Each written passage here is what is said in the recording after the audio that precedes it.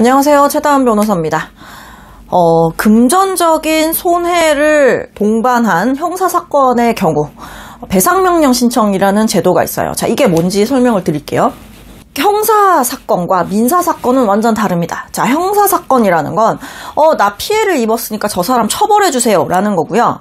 민사사건이라는 건 내가 피해를 입었으니까 배상해주세요. 나한테 돈 주세요 라는 거예요. 쉽게 얘기해서 제가 1억 원의 사기를 당했다라고 칩시다. 자, 그러면 나 1억 원의 사기에 피해를 당했으니까 저 사기친 놈 처벌해주세요. 구속해주세요 라는 거는 고소하는 거예요. 형사사건. 그런데 너 내 1억 원 가져가 놓고 사기 쳐놓고 1억 원 너 꿀꺽했지? 1억 원 내놔! 너 나한테 1억 원 빨리 줘! 라는 거는 민사사건이에요. 그러니까 구별이 되는 거죠. 그러니까 형사사건이 진행되는 경우 민사를 같이 제기하는 경우들도 있습니다. 근데 불편하죠. 아니 내가 저 사람 처벌해달라는 거엔 당연히 나 저 돈 받고 싶어요 라는 내용도 포함되어 있는 거잖아요. 물론 다행히 상대방이 합의를 하겠다라고 얘기를 해서 내가 원하는 금원을 받을 수 있다면 다행이지만 그렇지 않은 경우에는 어떻게 하면 되냐. 형사사건은 고소를 하면서 아무런 비용이 발생하지 않지만 민사사건은 내가 소를 제기할 때 소송 비용이라는 게 듭니다. 자, 인지송달료라는 게 있어서 내가 얼마를 청구하는지에 따라서 그 금액이 비례해서 달라지게 돼요. 그러니까 뭐 정비례까지는 아니더라도 어쨌든 내가 더 많은 금액을 요구하면 요구할수록 많은 금액이 발생을 한다는 거죠. 자, 그러니까 민사소를 제기하는 거는 일반인 입장에서 부담이 될 수도 있어요. 왜냐하면 당장 내 돈이 들어가는 거니까.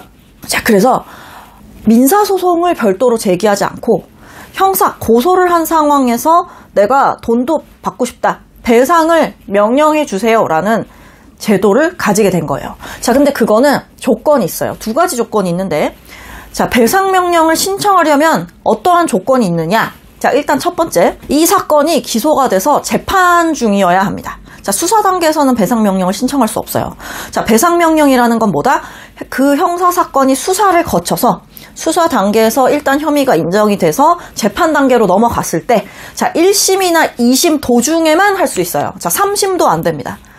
1심이나 2심. 그러니까 내가 어떤 고소를 했다면 그 사건이 어떻게 진행되는지를 조금 신경 써서 진행 사항을 파악하는 게 좋겠죠. 어쨌든 1심 수사 단계에서 안 돼. 1심에서 돼. 2심에서 돼. 3심에서 안 돼. 그러니까 한정된 시간 안에 신청을 하여야만 된다는 겁니다. 자, 두 번째, 배상명령 신청은 아무런 피해에 대해서 다 되는 게 아니라 특정한 범죄에 대해서만 신청이 가능해요. 자, 예를 들자면 뭐 절도 아니면은 뭐 배임, 횡령, 사기, 공갈 이런 경우에는 배상명령 신청이 가능합니다. 자, 그렇기 때문에 내가 어떤 피해를 입었어. 그래서 고소를 했는데 이게 재판으로 넘어가서 사건이 기소가 돼서 지금 1심이 진행 중이래. 자, 그러면 무조건 할 수 있다? 아니에요. 배상명령 신청을 받아주는 특정한 범죄들이 있습니다. 자, 이거에 대해서는 영상으로 일일이 말씀드리긴 좀 어려우니까 변호사의 도움을 받으시던지 아니면은 법 조항을 찾아보시면 돼요. 해당 내용은 소송 촉진 등에 관한 특례법, 자, 소촉법에 나와 있습니다. 그러니까 본인이 스스로 한번 찾아보시거나 아니면은 전문가의 도움을 받아보시는 게 좋겠죠. 어쨌든 자, 두 가지 요건을 말씀드렸어요. 시기 1심 혹은 2심, 그리고 소촉법에서 인정하고 있는 배상명령을 인정하는 특정한 범죄여야만 한다라는 점이죠. 자, 그러면 그 두 개만 인정이 되면은 항상 다 받아들여지는 거냐? 아닌 경우들이 있습니다. 자, 어떤 것이냐면 특히 이제 보이스피싱 현금 전달책 사건에서 제가 이런 경우를 많이 보는데요. 자, 기소가 됐어. 그래서 1심 진행 중이에요. 자, 그러면 요새는 많은 분들이 배상명령이라는 걸 잘 알아요. 그래서 일반 피해자분들, 일반인들이고 변호사가 선임이 돼 있지 않은 경우들도 배상명령 신청을 많이 합니다. 제가 그래서 쇼츠에서 설명을 드렸어요. 자, 보이스피싱 현금 전달책 사건에서 배상명령을 신청해봤자 각하돼요 라는 얘기를 제가 쇼츠에서 말씀드린 적이 있는데 그걸 보고 어떤 분께서 저한테 문의를 주신 거예요.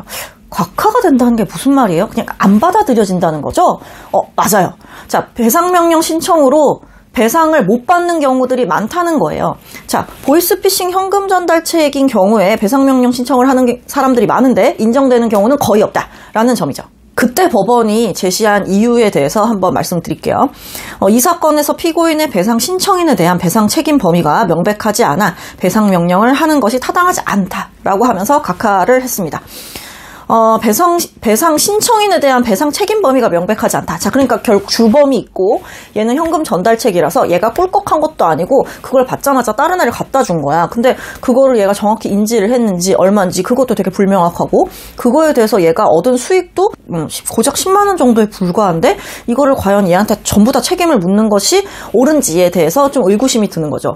그리고 보통 피해자들은 현금을 전달했기 때문에 그 현금이 정확히 얼마인지에 대해서 입증하기 어려운 경우들도 굉장히 많아요. 그러니까 전체적으로 판단을 했을 때 이 사람에게 얼마의 책임을 묻는지 불명확하니까 인정할 수 없어. 자, 이건 민사에서 다투어 이런 취지예요. 자, 그렇다면 배상명령을 신청했어. 난 생각도 못했는데 분명히 배상명령 신청하면 이거 1심 도중이었고 그 다음에 사기잖아. 그러면은 배상명령 신청 무조건 되는 거 아니었어? 각하가 됐네? 그럼 나 항소심에서 다퉈야겠다. 가능할까요? 안 됩니다. 자, 배상명령 신청이라는 건 쉽게 얘기해서 한 심금만 가능해요. 1심에서 신청을 했어. 그럼 1심에서 판단을 받았어. 자, 일부를 배상해라 라는 명령을 받거나 아니면 아예 각하가 났을 때 그럼 항소심에서 또 내가 신청을 해서 다시 한번 물어볼 거야가 안 돼요. 자, 그럼 무조건 1심에서 해야 돼? 아니에요. 제가 아까 뭐라 그랬죠? 1심이나 2심에서만 가능하다 그랬죠. 자, 1심에서 내가 배상명령 신청 못했네? 나 몰랐는데 이게 항소심까지 넘어갔어. 자, 사건이 2심이래. 자, 그럼 어떻게? 항소심에서 할 수 있어요. 무조건 한 번만 할 수 있습니다.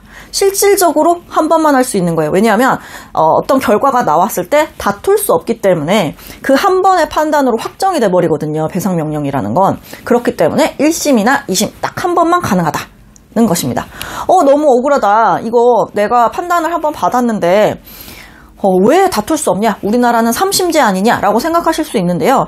배상명령이라는 거는 민사사건을 통해서 할 수 있는 손해배상 청구를 좀 간단하게 해주기 위해서 특별히 만든 제도라고 생각하시면 이해가 좀 쉬우실 텐데 배상명령 신청을 한다라고 해서 민사를 못하는 건 아니에요. 그러니까 그건 민사사건에서 충분히 3심제를 거칠 수 있겠죠. 그러니까 배상명령 신청은 단 한 번이고 이게 불복을 하고 싶다면 민사를 제기하는 방식으로 불복을 하셔야 된다.